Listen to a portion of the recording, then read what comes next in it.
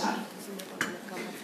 Muchas gracias, señora Presidenta. Un saludo muy especial a las compañeras y compañeros de la Comisión Séptima, a los funcionarios del Gobierno Nacional interesados en este proyecto, a todas las personas que siguen con mucha atención este debate.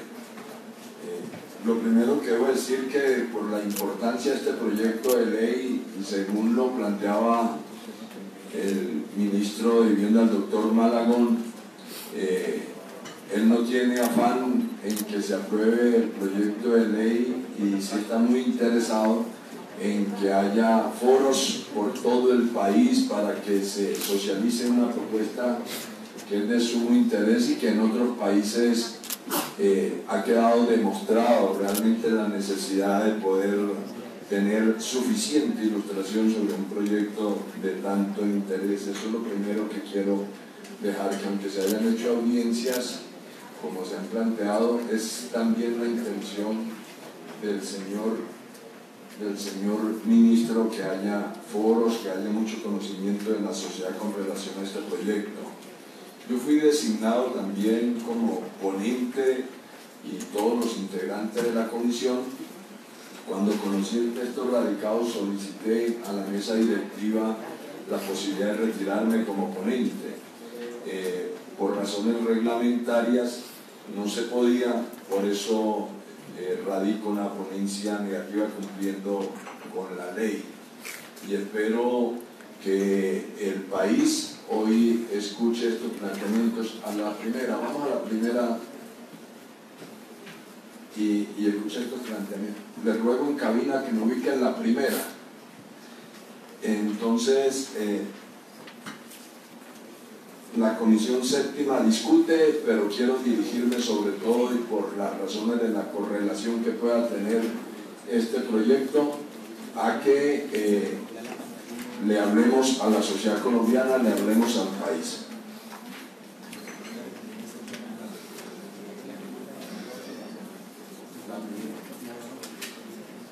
Ahí, por favor, gracias.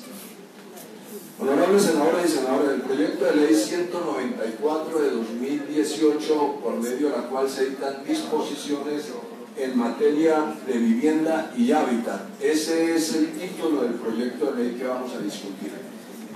Y voy a tomarme el papel con esta ponencia negativa de hablarle principalmente a la nación colombiana, y espero que pues esta comisión tome las decisiones pertinentes en materia de adopción de normas y de legislación que tengan que ver e interpretar primero las necesidades de la nación colombiana.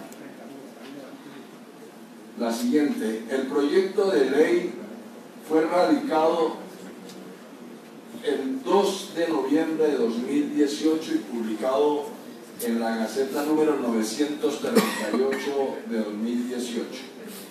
Y el 6 de mayo pasado, los honorables senadores Fabián Gerardo Castillo, Honorio, Miguel Enríquez Pinero, Gabriel Jaime Velasco, Laurester Fortich, José Aulo Polo, Aideli Sarazo, Eduardo Enrique Pulgar, Manuel Vitrejo Pachucán, Victoria Sandino y las honorables senadoras Nadia Aurel radicaron ponencia positiva para primer debate. Esos son los antecedentes que tiene este proyecto. Y el objetivo del proyecto de iniciativa del gobierno que presenta el Ministerio de Vivienda consiste en adoptar una política pública de largo plazo para resolver los problemas relacionados con el déficit de vivienda urbana y garantizar el goce efectivo del derecho a la vivienda. Asimismo, pretende incorporar diversas disposiciones en materia de vivienda y de hábitat que buscan profundizar el acceso a una vivienda digna para todas las colombianas y los colombianos. Y yo quiero hacer un énfasis ahí porque el objetivo del proyecto es profundizar el acceso a la vivienda digna, y eso es lo que debe guardar todo el contenido del proyecto. mediante el objetivo es garantizar acceso, repito, acceso a vivienda digna para todas las colombianas y los colombianos. Los antecedentes constitucionales y de ley que existen. La Declaración Universal de los Derechos Humanos en el artículo 25 dice que toda persona tiene derecho a un nivel de vida adecuado que le asegure, así como a su familia, la salud y el bienestar, y en especial la alimentación, el vestido, la vivienda, la asistencia médica y los servicios sociales necesarios. Artículo 25 de la Declaración Universal de Derechos Humanos. El Pacto Internacional de Derechos, en el artículo 11, se refiere a derechos económicos, sociales y culturales y dice que los estados parte en el presente pacto reconocen el derecho de toda persona a un nivel de vida adecuado para sí y su familia, incluso alimentación, vestido y vivienda adecuados, y a una mejora continua de las condiciones de existencia. Los estados parte tomarán medidas apropiadas para asegurar la efectividad de este derecho, reconociendo a este efecto la importancia esencial de la cooperación internacional fundada en el libre consentimiento. Artículo 11 de los PIDEX, el Pacto Internacional de Derechos Económicos, Sociales y Culturales. También, como antecedente, una observación general del Comité de Derechos Económicos, Sociales y Culturales de 1991, que estableció que no solo acceder a una vivienda garantiza el cumplimiento del derecho, por lo que estableció las condiciones que configuran el derecho a una vivienda digna y adecuada. No se trata únicamente de acceder a la vivienda, se trata de acceder a condiciones de vida digna y adecuada, y para ello deben reunirse una serie de requisitos: la seguridad jurídica de la tenencia, la disponibilidad de servicios materiales y de infraestructura, los gastos soportables, la habitabilidad, la asequibilidad, el lugar, la adecuación cultural. Por lo menos 7 condiciones establecen esta observación que deben reunirse cuando se habla del derecho a una vivienda digna y adecuada. Repito, porque es muy importante que quienes siguen este debate en todo el país lo tengan con mayor aprehensión. La seguridad jurídica de la tenencia, la disponibilidad de servicios materiales e infraestructura, que haya condiciones que le permitan acceso y conectividad con la vida del resto de la ciudadanía, los gastos soportables, es decir, que para vivienda se dedique los ingresos, una parte de los ingresos de la familia. No todo deba disponerse únicamente para cubrirlo de vivienda, la habitabilidad, la asequibilidad del lugar y la adecuación cultural. Y la Comisión Internacional de Juristas en el 2015 señala que el respeto y la garantía al derecho a una vivienda digna no solo tiene que ver con el acceso a un techo en cualquier tipo de condiciones, sino que los estados pueden fallar en su obligación de respetarlo cuando vulneran el derecho de las personas a construir viviendas de acuerdo a su cultura y a sus necesidades.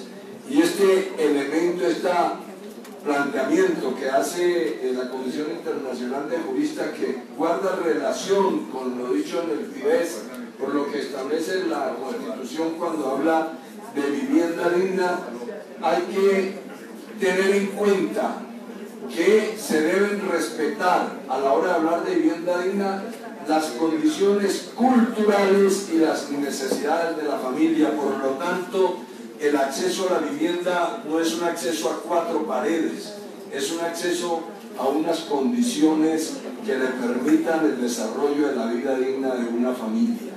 Y la Constitución, nuestra Constitución política, en el artículo 51 establece que todos los colombianos tienen derecho a vivienda digna. Todo el tiempo nos estamos refiriendo a una vivienda digna.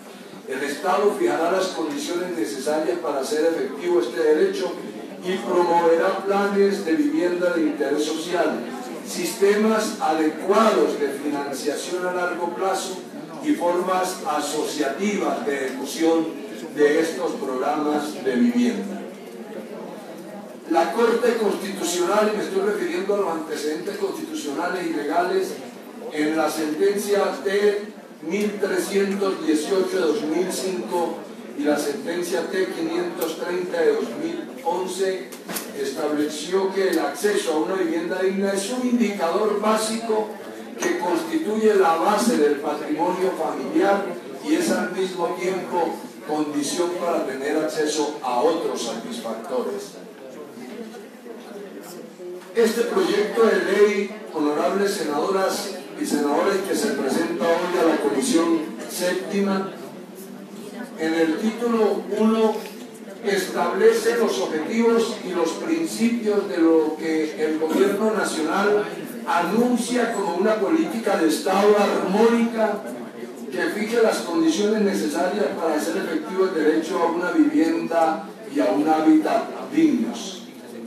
Este proyecto de ley establece como un servicio el acceso a la vivienda al que se puede llegar a través de mejorar programas de financiamiento, por favor la anterior, programas de financiamiento y expansión del suelo urbano. Y quiero compartir con ustedes que si todo el propósito del proyecto de ley es garantizar el acceso a la vivienda, aquí lo que se plantea es que se haga a través de programas de financiamiento y expansión del suelo urbano.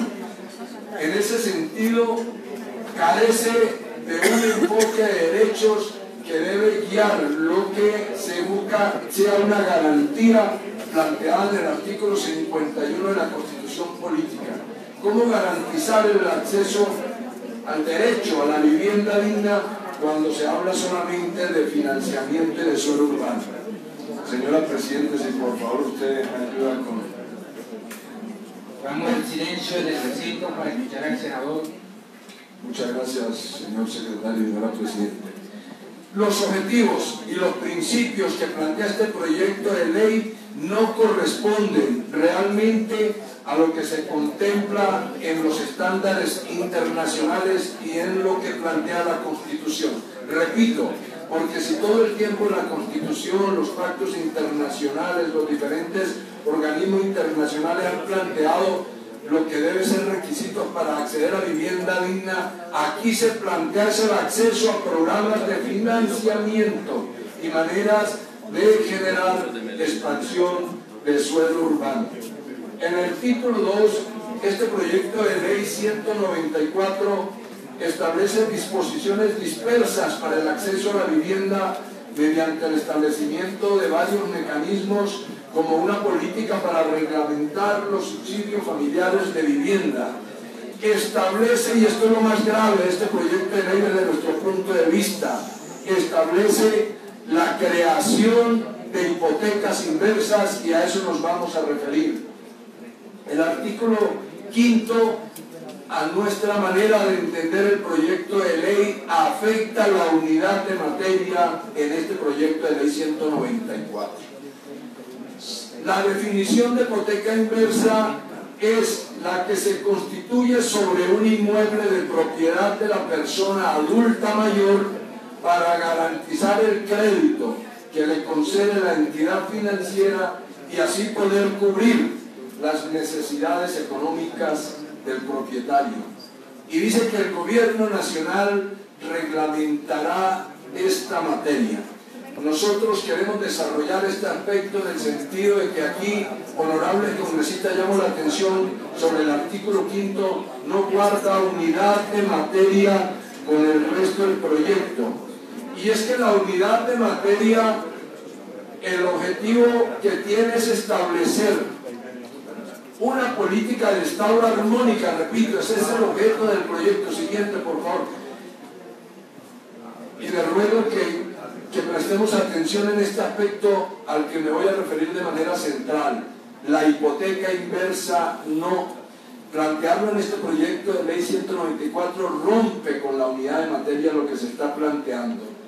Este proyecto de ley tiene como objetivo establecer una política de Estado armónica que fije las condiciones necesarias para hacer efectivo el derecho a una vivienda y a un hábitat dignos para todas las colombianas y los colombianos.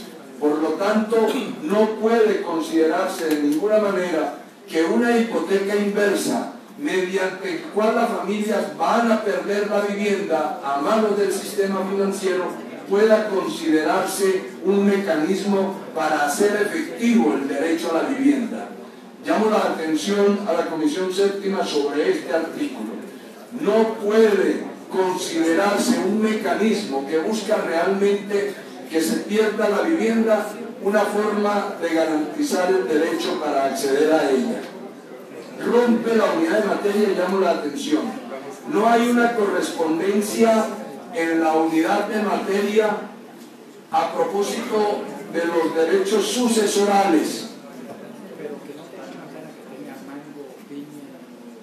pues eventualmente podría modificar este régimen, el cual es objeto de regulación legislativa y por lo tanto no debería ser el gobierno quien vía reglamentación afecte derechos de propiedad. Yo digo, en la hipoteca inversa se ponen en riesgo los derechos a heredar la vivienda y se puede heredar el crédito, heredar la deuda, heredar la carga con el sector financiero. Es importante señalar que los términos en los que este proyecto de ley establece las condiciones para restituir el subsidio familiar de vivienda ya ha sido declarado inexequible por la Honorable Corte Constitucional según sentencia C-370 del año 2014 al declarar inconstitucional el parágrafo tercero del artículo 12 de la ley 1537 de 2012. Los temas que aborda este proyecto de ley no corresponden con los temas propios de esta comisión. Por ejemplo, es del resorte de la Comisión Cuarta lo relacionado a la enajenación y destinación de bienes nacionales, a la Comisión Tercera sobre el régimen de cambios, actividad financiera bursátil, aseguradora y de captación de ahorro. No le corresponde a la Comisión Séptima tomar decisiones con estos dos temas que acabo de mencionar. En la siguiente presentación compartimos unas notas de prensa que voy a compartir con ustedes de una situación, por ejemplo, presentada en Madrid frente al tema de la hipoteca inversa, y tiene que ver con el planteamiento de una situación que les comparto. Ese titular habla que si la hipoteca inversa es un arreglo para la jubilación o un quebradero de cabeza. Y lo que quiero decir es, la hipoteca inversa es un mecanismo en que el Estado busca trasladarle la responsabilidad de la pensión de vejez al ciudadano que tiene una casa.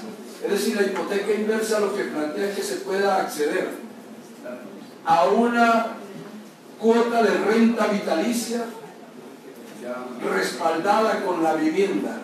Y este caso planteado en España, en el que se vio involucrado el Banco Bilbao Vizcaya Argentaria y su entidad aseguradora, tiene que ver con una situación en que un anciano de 85 años en el mes de enero firmó la hipoteca inversa, murió en octubre.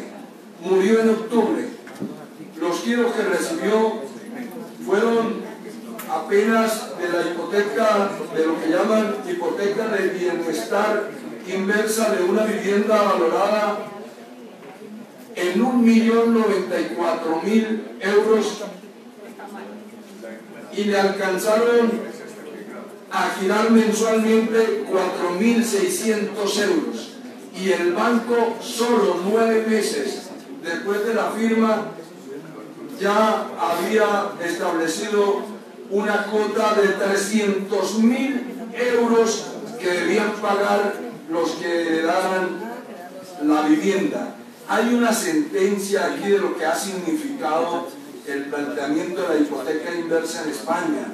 En Chile, la hipoteca inversa, según el diario El Mercurio de septiembre 4 de 2015, la hipoteca inversa es una propuesta frustrada. Honorables senadoras y senadores, voy a permitirme leer del diario El Mercurio solo este párrafo. La Cámara de Diputados en Chile aprobó una resolución por la que pedía al gobierno que estudiara la posibilidad de introducir en el sistema chileno la institución de la llamada hipoteca inversa, o también llamada reversible o revertida. La resolución no le daba ese nombre, pero establecía sus características principales de la hipoteca inversa. Una, el dueño de un inmueble podía constituir hipoteca sobre este a cambio de obtener una renta periódica y vitalicia calculada según el valor comercial del bien raíz, y al morir el beneficiario, la institución que otorga el crédito, que en este caso es una institución financiera, se pagaba el dinero prestado mediante la subasta pública del inmueble, a menos que los herederos quisieran conservar la propiedad, para lo cual debían hacerse cargo del crédito otorgado a su causante. Uno de los titulares en otros medios en Chile fue: proponen subir las pensiones hipotecando las viviendas de los jubilados. Ese es el propósito de la hipoteca inversa, que yo considero no debe estar en el proyecto de ley 194 que estamos discutiendo, porque no guarda unidad de materia y porque el propósito es otro, y esa decisión la debe de tomar una comisión distinta a la comisión séptima. Y llamo que por favor en esto me pudiera acompañar la comisión séptima. El huracán judicial llega a la hipoteca inversa. Es otro de los titulares en el diario El País de España. Un juzgado de Madrid ha declarado nulo este producto financiero porque considera abusivo el seguro de rentas que la entidad obligó a contratar al cliente. Estos aspectos de lo que es la hipoteca inversa, que solo dice el artículo 5 del gobierno reglamentará, están definidos ya como antecedentes y en el derecho comparado de lo que ha ocurrido en España, lo que ha ocurrido en Chile. En esta parte voy a citar lo que ha planteado la Asociación de Usuarios de Bancos, Cajas y Seguros de España, la ADICAE. Ha dicho sobre hipotecas inversas que prácticamente han dejado de comercializarse y por tanto plantean menos recursos judiciales. Recursos judiciales, son muchas las demandas con relación a la hipoteca inversa. Advierte la Asociación de Usuarios de Bancos, Cajas y Seguros, dice: no por ello están exentas de problemas. De hecho, desde esta asociación se señala que lo que se hace con la hipoteca inversa es perpetuar el negocio bancario. En general, el producto debe ser considerado como un último recurso, ya que el aval del préstamo es la propia vivienda en propiedad del consumidor. Así que las entidades son conscientes de que el riesgo que corren de no cobrar es casi inexistente, con lo que suelen encarecer los intereses, a lo que hay que añadir gastos adicionales. No solamente a la hipoteca se va a cubrir las comisiones, los seguros de renta vitalicia o temporal, la tasación. Dichos gastos se incorporan al importe de la hipoteca y generan unos elevados intereses. A eso es que nos referimos, que la hipoteca inversa establecida en el artículo 5 de este proyecto de ley es un camino para la pérdida de la vivienda y no es un mecanismo para garantizar el derecho a la vivienda digna. El título 2 siguiente establece disposiciones dispersas, fortalece el subsidio al arrendamiento con opción de compra, incentivos para las operaciones de leasing habitacional, establece plazo y montos máximos de financiamiento de los créditos de vivienda. Los términos en los que el presente proyecto de ley establece condiciones para restituir el subsidio familiar de vivienda ya han sido declarados inexequibles, como me refería anteriormente, por la Corte Constitucional. El título 3 del proyecto promueve el suelo urbanizable como plazos para la actualización de los planes de ordenamiento territorial, la reglamentación de los topes de vivienda de interés prioritario y de interés social y la promoción de inversión privada para el acceso a la vivienda.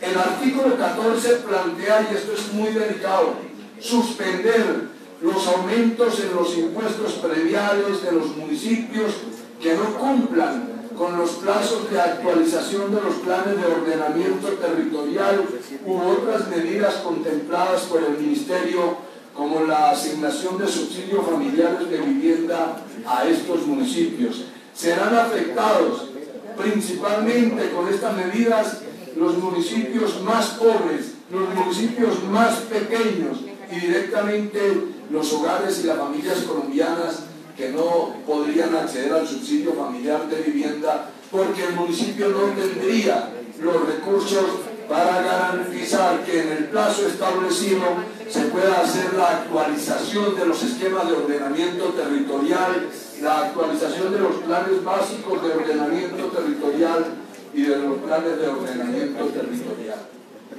El título tercero, en el artículo 17, plantea la promoción de la inversión privada para el acceso a la vivienda. La Comisión Séptima, aquí recibimos, honorables senadoras y senadores, un concepto negativo del SENA. El Servicio Nacional de Aprendizaje considera que involucrar los recursos del Fondo Nacional de Formación Profesional de la Industria de la Construcción con los objetivos del presente proyecto afectaría el desarrollo, revisión y actualización de los programas de formación de la industria de la construcción. El título cuarto habla de las vigencias y de las derogatorias. Honorables senadoras y senadores, terminando con esta exposición, las medidas dispersas que establece este proyecto de ley, lejos de configurar una política de Estado, como se menciona en el proyecto, para hacer efectivo el derecho a una vivienda y hábitat digno para todos los colombianos, se concentra en establecer disposiciones para promover la inversión en el sector, la formalización y el fortalecimiento empresarial a través de instrumentos financieros para el acceso al crédito y el incremento de la inversión, la productividad y la formalización del sector. Este es un proyecto de ley que lo que busca es darle un respiro al sector financiero y de la construcción y no garantizar el derecho para acceder en condiciones de dignidad a vivienda. No configura de ninguna manera esta una política integral para garantizar el derecho a una vivienda digna. Por lo tanto, señora Presidente, honorables senadoras y senadores, mi solicitud, cuando usted lo considere, es poner a consideración de la Comisión el informe con que termina esta ponencia, que busca el archivo de la misma, teniendo en cuenta y a manera de conclusión que el énfasis está en el artículo 5, insisto en que la hipoteca inversa es un mecanismo de pérdida de vivienda y no de acceso al derecho, y que lo que se ha planteado como una política que yo quiero resaltar del Ministerio de Vivienda a largo plazo para garantizar la vivienda de colombianas y de colombianos, lejos está, y sí muy cerca de potenciar al sector financiero y recomponer el sector de la construcción. Honorables senadoras y senadores, espero de ustedes la reflexión y el debate frente a lo que he planteado. Muchas gracias, señora Presidenta. Sí, me informan en la Secretaría que fue radicado un impedimento. Señor secretario, sometamos a consideración el impedimento radicado, por favor.